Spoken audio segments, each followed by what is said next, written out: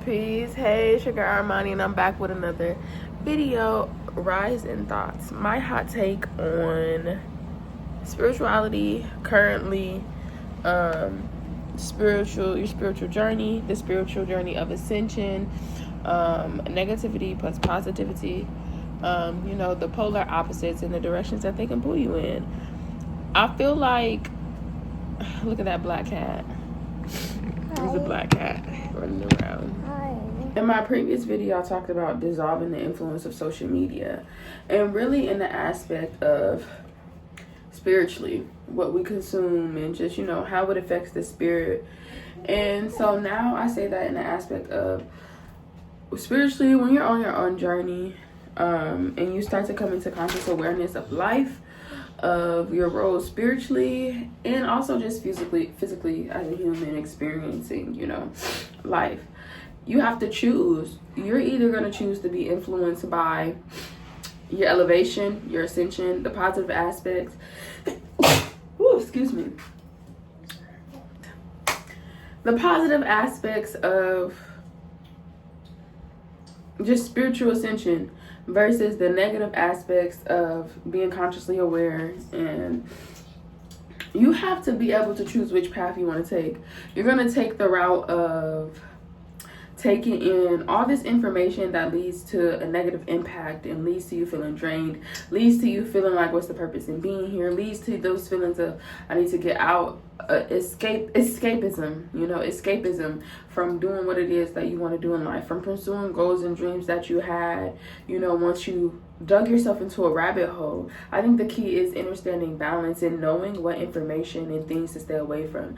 Knowing when something may be true, but it's not resonating with your current timeline. It's not resonating with the current level within your journey that you are in right now, and knowing when I'm not going to feed into that, because I know if I feed into it, whether it may be true or not, it could negatively impact me. And what can you do right now that will help, that will cause improvement in this area that may be negative, and if there's nothing you can do to change it, the best thing to do is just tunnel vision on your goals, your visions, your health, your ascension, spiritually, physically, mentally, financially.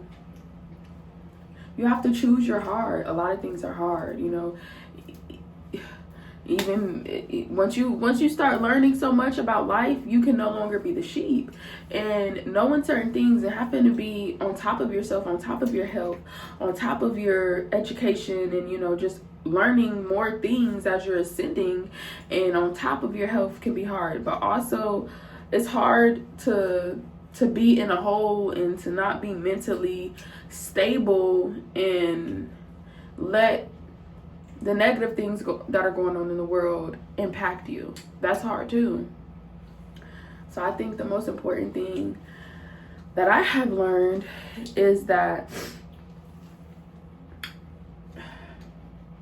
choose your battles, literally. Like, I'd rather choose to continue my journey of ascension, of taking care of my mind, my body, my spirit, my finances, achieving goals and visions, creatively expressing myself and just putting myself out there in the world, meeting new people and connections. Like, I'd rather focus on how I can create a better mental space and a regulated nervous system so I can align and attract the good things in life. Because you put so much negative, if you consume so much negative from the damn media, whether it's from spiritual gurus or not, and that's, I think, something you have to be aware of. Because I think anyone who is more spiritually evolved and just like, who has awareness of both polarities are not going to be so hyper fixated and focused on putting out information that could be detrimental to the collective. I think those people who are more spiritually aligned